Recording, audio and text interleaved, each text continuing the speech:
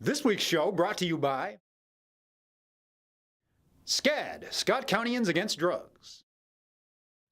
Welcome everybody to the Scott County Cardinals News Graphic Coaches Show, Football Coaches Show, Episode 13, Week 2 of the playoffs. How many more will there be? A lot of that depends on what happens Friday night, as Scott County will travel to the farm, as the Broncos of Frederick Douglass High School like to call it, in Lexington.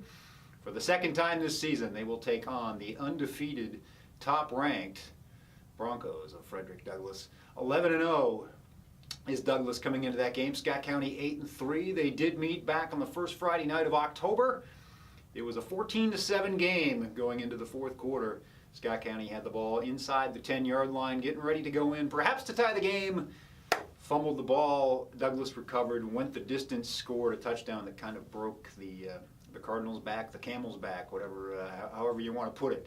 In the 28-10 victory, just kind of wore the Cards down. The Cardinals were at a funny point in their season there. They had lost a key player in Sam Daniel to injury. They had lost a key player on both sides of the ball for a week when Glenn Covington was on the sidelines after the Henry Clay game, and it was just not full strength, to say the least. Strange night, senior night for Douglass.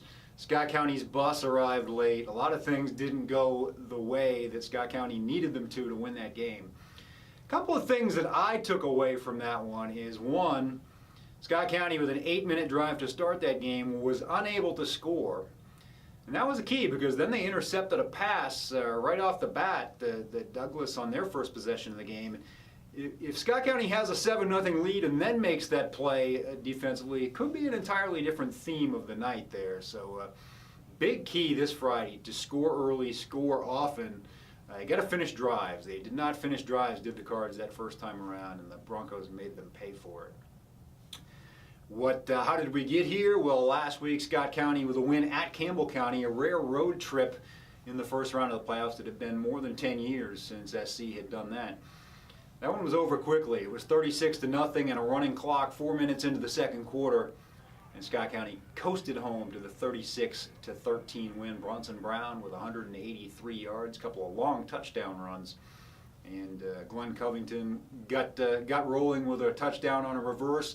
Defense and special teams as well. Adam Grieving with a touchdown return on a fumble, and a blocked punt by Matt Fannin led to another short touchdown run by Austin Barnett. So everything was clicking early, and Scott County takes care of business in the first round of the playoffs. Frederick Douglass had a not so tough one against Pleasure Ridge Park. We know that SC played PRP a couple of weeks ago, and it was easy for the Cardinals that night as well. And a similar situation as Douglass jumped out to the early 42-7 lead and coasted home in the second half.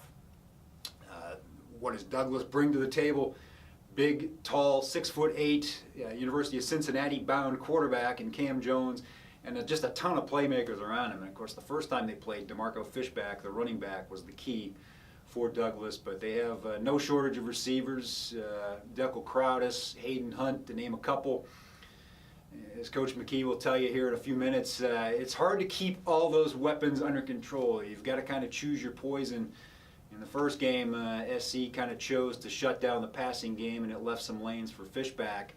We'll see if they can kind of create a balance defensively and shut a little bit of everything down. But the key is they've got to score more points. I think if you look back to some past games, I think of the 2016 game against Lafayette, the state semifinal, the game against St. X last year in the state semifinal. An opponent of that magnitude, you've just got to keep scoring and keep scoring. And you know they're going to get theirs, and you just got to find a way to get that early lead and keep it, and minimize turnovers, finish drives, don't waste any opportunities. And if you look at the playoff bracket, this game is kind of a state semifinal. If you look beyond this, which I know coaches say you're not supposed to do, but I think both, if you pin them in a weaker moment, would tell you that looking past this game, things get a little easier for whoever wins it going down the stretch. So this second round game, similar to some other sports where we've seen Scott County have to play Trinity in the first round of the basketball tournament, kind of what we got going on here Friday night in football is whoever gets past this game may have a good shot to get to Kroger Field on that first Saturday night in December. Coach McKee with some thoughts.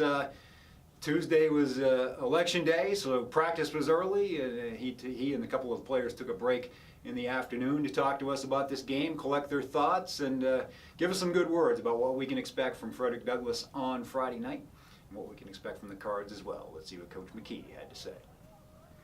The win at Campbell County extended one of the area's most impressive playoff win streaks. Well, we're really happy to be in this position. We've won our first round playoff game the last 11 years in a row. So, our kids we're as healthy as we can be. Garner's going to play some Friday night for the first time since the Lafayette game. So, other than Sam being out, which he's doing great on his recovery, he's well ahead of schedule, and I don't have any question, Mark, that he'll be 100% next August. But, we're healthy, and we're fired up, and we're excited about the opportunity to continue to play. Scott County turned a corner after the October loss to Frederick Douglass. Every day in high school football, you can be in a different place. When you're managing, which in our case is somewhere in the low 80s on our varsity roster, young people are going to have ups and downs, and you don't ever start a season and think, okay, these are our people and this is the position they're going to play, and it seldom plays out that way. The Cards have found new ways to get the ball into their playmakers' hands. I think that's a big key, is managing the team to allow them to be in a position where they're playing to their strengths. A fast tempo has been the key to a great 3-week run for the Scott County offense. The calls, as you move further through the playoffs and your level of competition continues to increase, the importance of each individual call becomes it comes to the forefront a little bit more. It's not quite as easy. You got about 10 seconds to call a play. And, now I sit in my chair and I watch the Cowboys or the Kentucky Wildcats or Alabama or whoever, and I might say, man, it's a great call, bad call, whatever. The bottom line is you got to have a lot of the calls made before the game comes on Friday night. You got to know down the distance hash, point in time in the game, score, and have a good idea what you're going to call before you get in that situation, because you can't really think about what to call in 10 seconds. Keeping Frederick Douglass big play athletes in check is an important part of Friday's game.